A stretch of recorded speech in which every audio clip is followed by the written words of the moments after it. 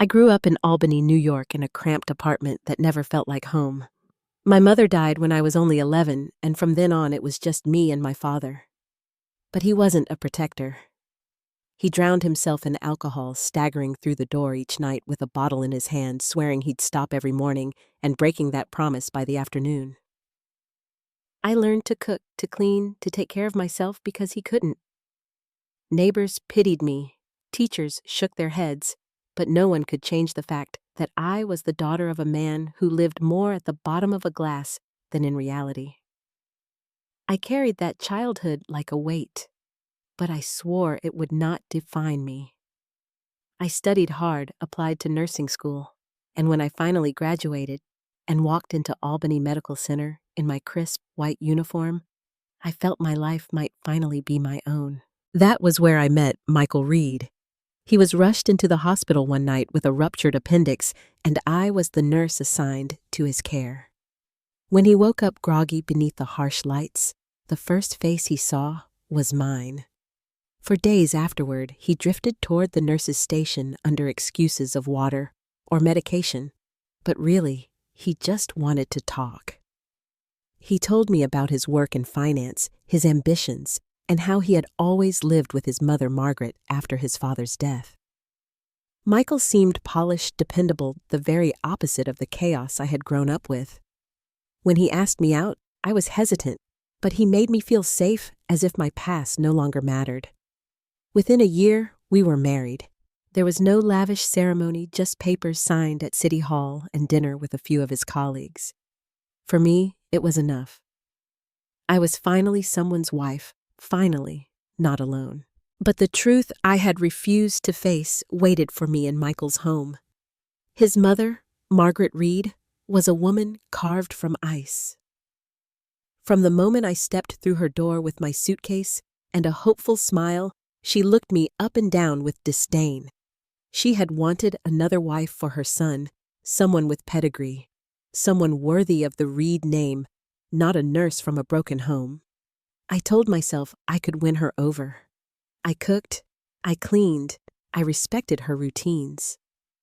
But her eyes lingered on me with judgment. Her words cut sharper than knives, and Michael never defended me.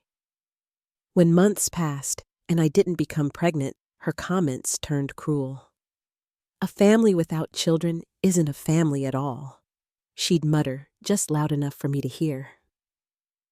Michael would tell me to ignore her, that she didn't mean it. But he never told her to stop. He was her only son, bound to her by guilt and obligation.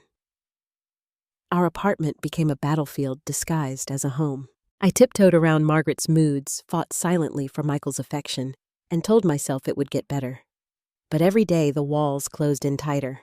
Margaret controlled everything. Meals, furniture bills, curtains. There was no corner in that place that felt like mine. Even in the kitchen, if I tried to cook, she hovered over me with criticisms. Too much salt, too much oil. No wonder you can't give my son a child. I began to withdraw, moving like a ghost through those 2 bedrooms. At the hospital, I felt useful and respected, but at home, I was invisible, little more than an unwelcome guest in my own marriage. Michael tried in his way flowers on occasion, walks in the park, but the moment we returned home, Margaret was waiting, and he shrank back into the role of obedient son. Our 5th wedding anniversary came in early spring, and for once, Michael seemed determined to make the night special. He reserved a table at one of Albany's finest restaurants, the kind we had only admired from the street. Walking inside beneath chandeliers and soft string music, I felt a flicker of hope. He poured champagne, told me, "Tonight is for us," and I believed him. I didn't know Margaret had already set her plan in motion. Through her network of friends, she had invited Sophie Blake, Michael's first love, the girl she had always believed was truly meant for her son. I didn't notice Sophie when she entered. I was too busy enjoying the rare warmth in Michael's eyes, but I saw his expression shift, his hand trembling as he set down the bottle. I turned in time to watch a tall, striking woman glide across the floor, every step commanding attention. I smiled politely, assuming she was just another diner, but Michael's face told me otherwise. His jaw tightened. His eyes locked on her like a man seeing a ghost. He quickly looked away, forcing a smile, raising his glass as though nothing had happened. I remained blissfully unaware. To me, it was still a beautiful evening. We danced, we laughed, and I thought maybe we had found our way back. But Michael's heart had already begun to wander. That night, as we left the restaurant, and he suggested we spend time at the small apartment he sometimes used for work, I thought it was his way of prolonging the magic. I didn't realize the spark burning in his chest was not for me, but for Sophie Blake. I drifted to sleep with a smile, convinced we had taken a step forward. He lay beside me, silent in the dark, haunted not by our love, but by hers. After that anniversary night, the shift in Michael was subtle but steady. He began working later hours, slipping out with vague excuses about urgent meetings or deadlines. His phone, once left carelessly on the counter, was now always on silent, tucked deep in his jacket pocket. If I reached for it, his body stiffened. I tried to convince myself I was imagining things. Every marriage has rough patches, I told myself. But my heart whispered what my mind refused to admit. The warmth in his touch had cooled, replaced with mechanical politeness. His morning kisses felt cold, his eyes distracted. At dinner, his voice was distant, his laughter gone. Then came the small signs. A faint trace of perfume that wasn't mine lingering on his shirt. A restaurant receipt for a place we had never gone together, stuffed carelessly in his pocket. His new habit of showering the moment he came home, no matter how late. My stomach twisted with unease. I wanted desperately to believe him when he sighed. "It's just the pressure at the office, Anna. Don't worry." But doubt grew like a shadow in the corner of every room. One evening, he claimed he had to stay overnight at the office to prepare for a presentation. Something in his voice rang false. I waited until night fell, then called a cab and asked the driver to take me downtown. The guard at Michael's building looked at me with confusion. "All employees left hours ago, ma'am. The building's been closed since 8. My stomach churned.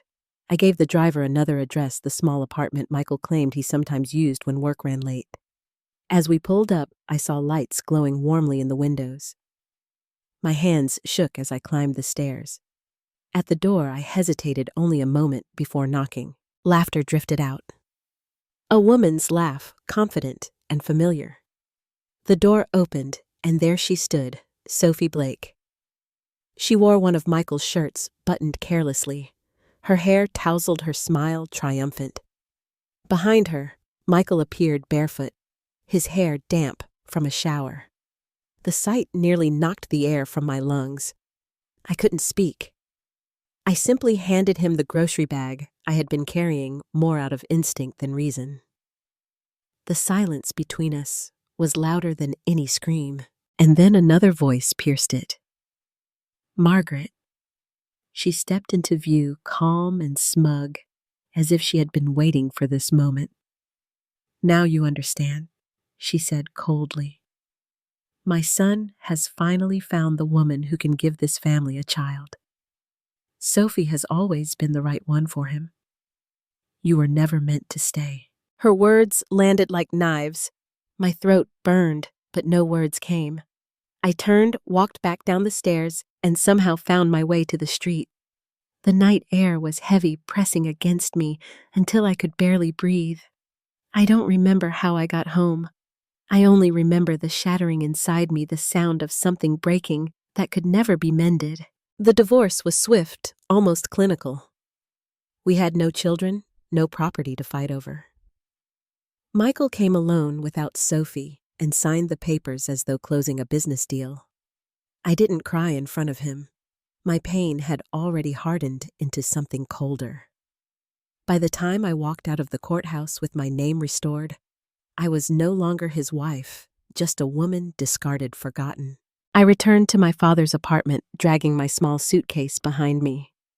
Nothing had changed in those walls since my childhood.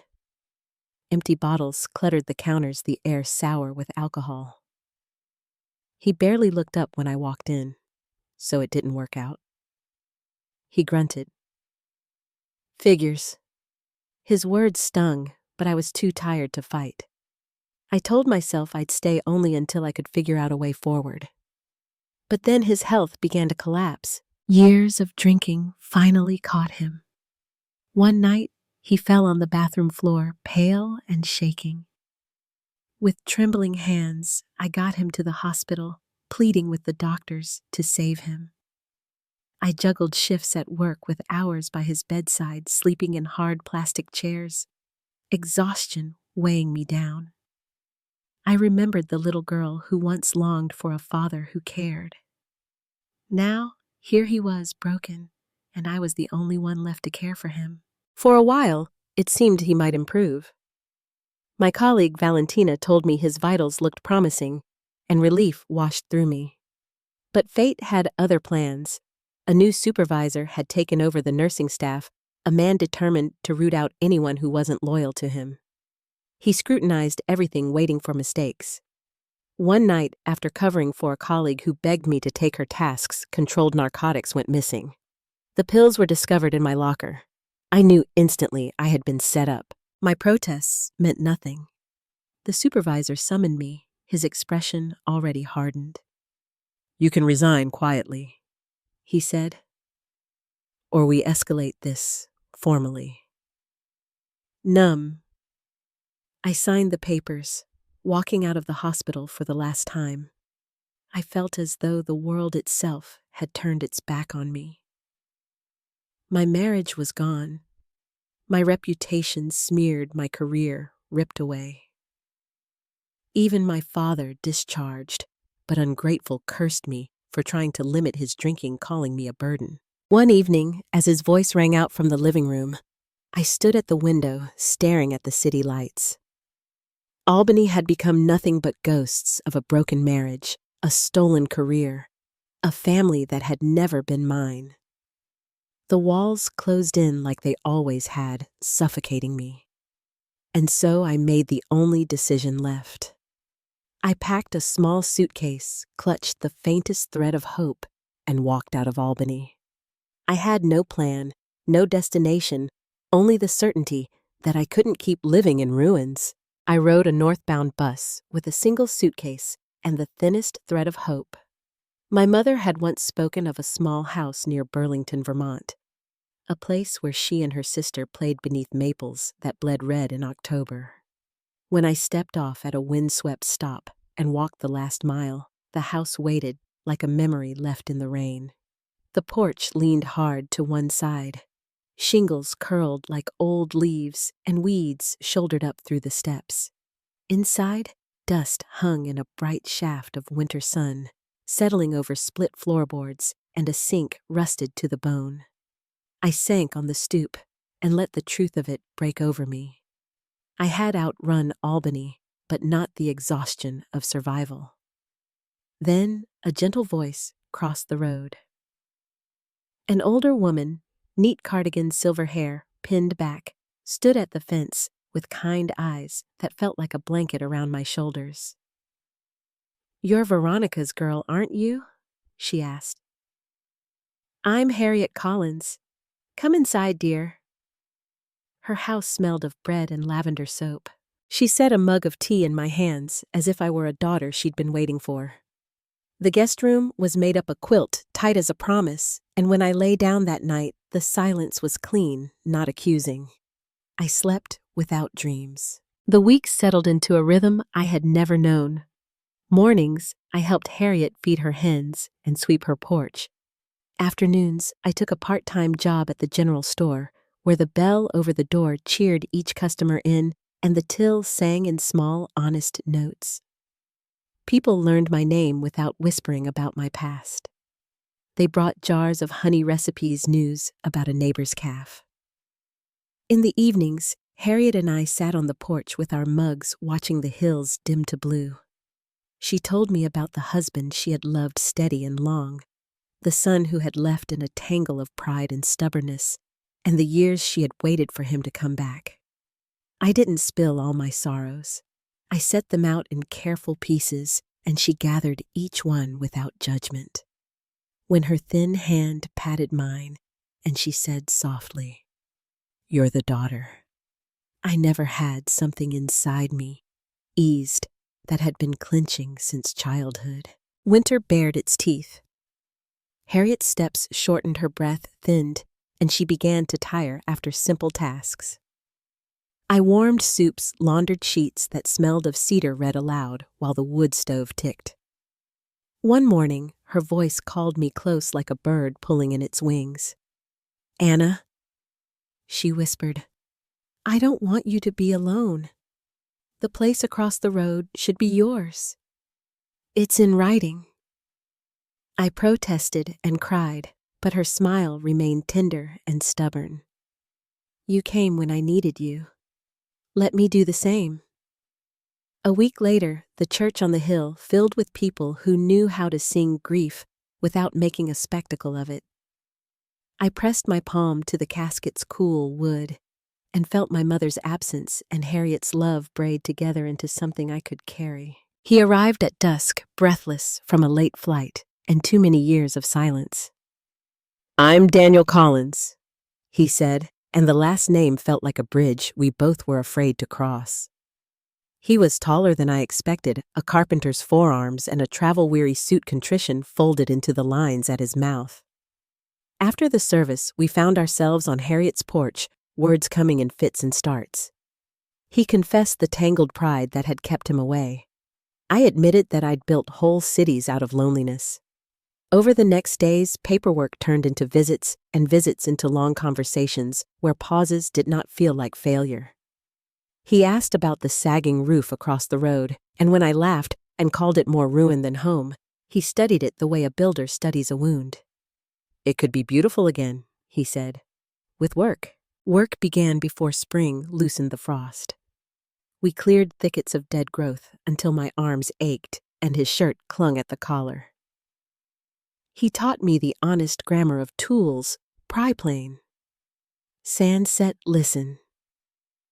Nails rasped, a saw hummed through rot toward clean grain, and the old bones of the house answered each repair with a small, relieved settling. We scrubbed walls until water ran clear painted rooms with light, and pried open windows swollen shut by years of weather. On the porch steps, he ate the sandwiches I packed and told me about the houses he had saved, the beams he had coaxed back to strength, the satisfaction of making something hold. I told him about the patients whose names I still carried, about the way a steady hand and a soft word could change the temperature of a room. Between us, the house grew quieter, less haunted by what it had lost. When the first crocuses shouldered through the thawed soil, I caught him watching me with an expression that felt more like weather than decision, a front moving in, inevitable and gentle. He did not rush. He did not name what we were building beyond floors and frames. He arrived with a thermos of coffee at dawn and left after checking the tarp twice, kindness expressed in small, exacting acts. In the evenings, we sat on the steps and counted the stars like nickels. I found myself laughing at nothing, sleeping without waking, humming as I folded drop cloths. Desire grew without the scorch of panic that had accompanied it in the past, fed instead by steadiness, by competence, by the knowledge that this time no one was trying to live my life for me. Then a car I did not recognize waited at the gate, an expensive shape in the modest lane, chrome wincing against the afternoon sun. Margaret Reed stepped out with her purse clutched like a verdict, composed as ever, except for a tremor at the corner of her mouth. She said my name as if she were tasting something bitter. "We need to talk." Behind her crisp diction was a hairline crack desperation. Michael had lost his job, she said. Debts had piled up with hands more dangerous than collections letters. Sophie, the immaculate heirloom of her imagining, had bolted at the first sign of smoke. Could I help him for old time's sake? Could I be the good woman she had once sworn I was not? For a long breath, I stared at the house we had resurrected plank by plank. The porch was new beneath my feet. Harriet's hens muttered in their run. I met Margaret's eyes and found the same cold rooms I had once lived in, but I was no longer the woman who tiptoed through them. No, I said, not cruelly, simply. He chose his path. I've chosen mine. Her face hardened back into marble. Gravel snapped under her heels as she turned away the closing sound of a door I was not tempted to reopen.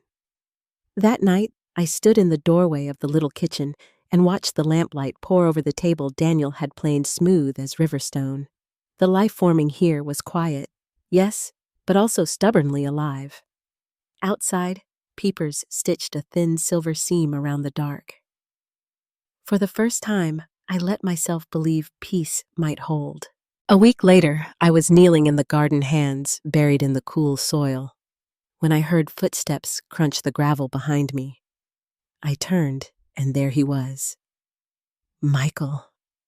Thinner than I remembered, his suit wrinkled and worn, his face lined with exhaustion. His voice cracked as he spoke my name, as if saying it might conjure the woman who once believed in him. For a moment, I only stared, startled by how small he looked. "Please," he said, his eyes glistening. "I need you." Sophie used me. She left when things got hard. You were the one who stood by me. You were the one I should have chosen. Please, Anna, give me another chance. Once those words might have broken me open, made me run back into his arms despite everything. But now they sounded hollow, like echoes from a place I no longer lived in. Before I could answer, Daniel stepped out of the house. He crossed the yard with steady steps, placing himself at my side. His hand brushed lightly against my back, not possessive, not showy. Just a quiet reminder I wasn't alone anymore. His voice was calm, but carried an edge sharp enough to cut through Michael's pleading. "You've said enough. Anna doesn't owe you anything, not after what you did." Michael's eyes darted between us, wide with regret, but clouded with envy. "So this is it," he hissed. "You replaced me just like that." I held his gaze, steady, unflinching. "You replaced yourself the night you chose her over me," I said. "Now leave." He stood frozen, searching my face for even a flicker of the woman who might forgive him. But there was nothing left to find. Daniel stepped forward, his voice firm. "You heard her. Go." Michael's shoulders slumped. He turned slowly, trudging down the path like a man walking into his own shadow. I watched him disappear beyond the trees, and with every step he took, the last fragments of his hold on me dissolved. My heart didn't ache. My hands didn't tremble. I felt only a deep, cleansing stillness. For years I had carried him inside me like a stone. Now at last I had set it down. After that day, life unfolded with a new rhythm. With Michael gone for good, a weight lifted that I hadn't even realized I was still carrying. Daniel and I grew closer, our bond forged not in sudden passion, but in quiet trust. We worked side by side, finishing repairs on the house, repainting the trim in soft blues and creams, planting flowers along the porch, where weeds once reigned. Each project stitched us together in small, certain ways. When we rested in the evenings, the silence was warm, not empty, filled with the sound of crickets and the soft murmur of his voice, telling stories about his mother or about the houses he'd saved from collapse. The day he asked me to marry him was not draped in chandeliers or fancy music. It happened on the porch at sunset, the sky blushing pink and gold over the Vermont hills. Daniel took my hand, his palms rough from carpentry, his eyes clear and steady. "Anna," he said softly, "I want to build a life with you. Will you?" Tears pricked my eyes, not from shock, but from a deep recognition that this was what love was meant to feel like: honest, steady, true. I whispered yes, and the sound carried across the fields like a promise. Our wedding was simple, held in the little church on the hill where Harriet's memorial had once filled the pews. Neighbors gathered with flowers and laughter, bringing dishes for a shared meal afterward in the community hall. There were no lavish gowns or towering cakes, just the warmth of a town that had already embraced us as family. As I stood across from Daniel, his hands warm around mine, I felt Harriet's presence as surely as if she were among the guests, smiling her quiet approval. In my heart, I could hear her voice: "You'll always have a place to belong." Life in Burlington became a tapestry of simple joys. Daniel worked as a carpenter, his hands shaping not only our home, but the homes of others. I returned to nursing at a small clinic where I wasn't just a face in the roster, but a vital part of the community. People greeted me by name, not with pity or suspicion, but with warmth. At town gatherings, I was no longer the outsider from Albany. I was Anna Collins, Daniel's wife, the nurse who delivered babies and comforted families in sickness. When our first child was born, a boy with Daniel's steady eyes and my hair, I thought my heart might burst. Holding him against my chest, I understood for the first time that every betrayal, every heartbreak, every loss had been a path leading me here, to this moment, to this family. Daniel came home each night covered in sawdust, lifting our son into his arms with laughter that filled the rooms with light. At night, after the baby slept, we sat on the porch, watching fireflies wink in the fields, his arm around me, my head on his shoulder.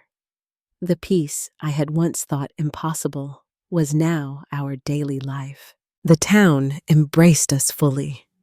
Neighbors stopped by with bread honey or simply conversation. Our names were spoken with kindness. I was no longer haunted by the ghosts of what I had lost, but rooted in the soil of what we were building. For the first time in my life, I felt not just like I was surviving, but like I was truly living. One quiet summer night, after settling our son into his crib, I stepped onto the porch alone. The air was warm, fragrant with wildflowers and wood smoke drifting from a neighbor's chimney. I rocked gently in Harriet's old chair, cradling my boy against my chest as he stirred in his sleep. His breath was steady, soft as a lullaby, and for a long while, I simply stared at the stars. My mind wandered back through all the broken places I had walked. My mother's early death, my father's neglect, Michael's betrayal, Margaret's cruelty, the humiliation of losing everything. All of it had carved scars I thought would never fade.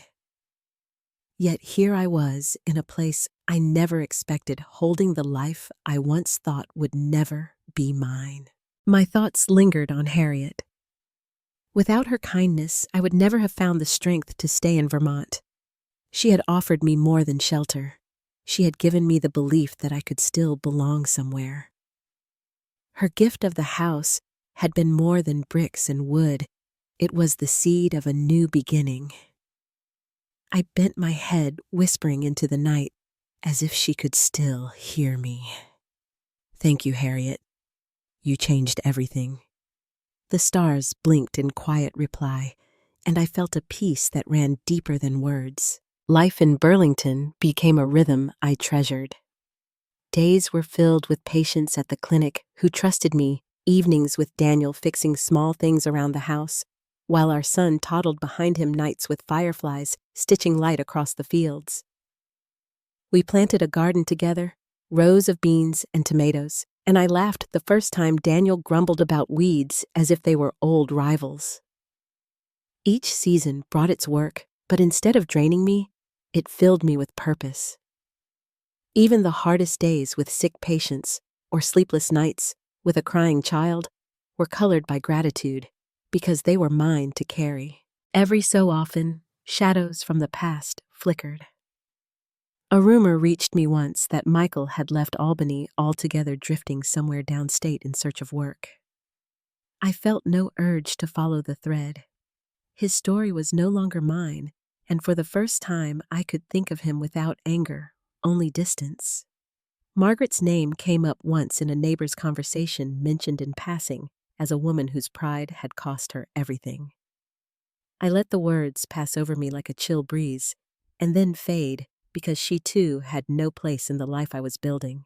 Daniel and I grew into our marriage the way old beams settle into place, strong and sure.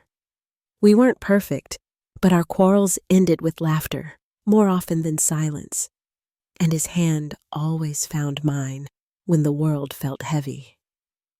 Our son grew sturdy and curious, his laughter echoing through the halls of the house that had once been a ruin.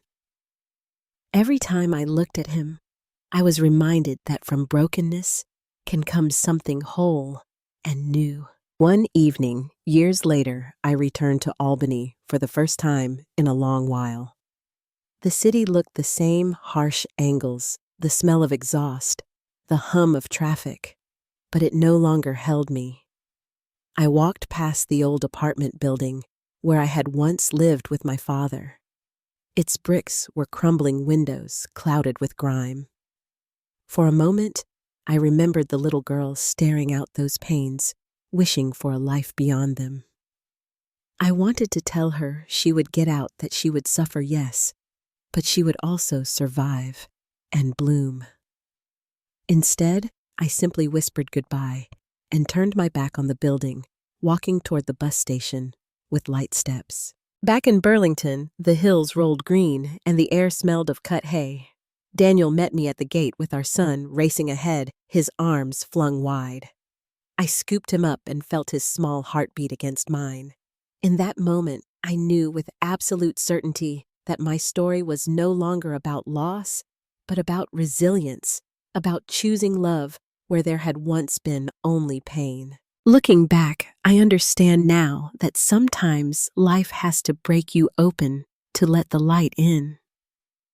My past did not define me, it prepared me. The betrayals I endured, the loneliness I carried, the mistakes I thought would crush me, all became stepping stones toward the life I was meant to build. Family is not always the one you are born into. Sometimes it is the one you find, the one you fight for, the one you choose each day. So when I sit on the porch in the evenings, Daniel's hand in mine and our son playing in the grass, I no longer wonder why life hurt me so deeply. I understand now it was carving space for joy I couldn't yet imagine. And in that quiet, with fireflies rising from the fields and the sound of laughter spilling through the open windows, I finally know what home feels like. If this story touched your heart, please like, share, subscribe, and leave a comment with your thoughts. Your support helps keep stories like this alive.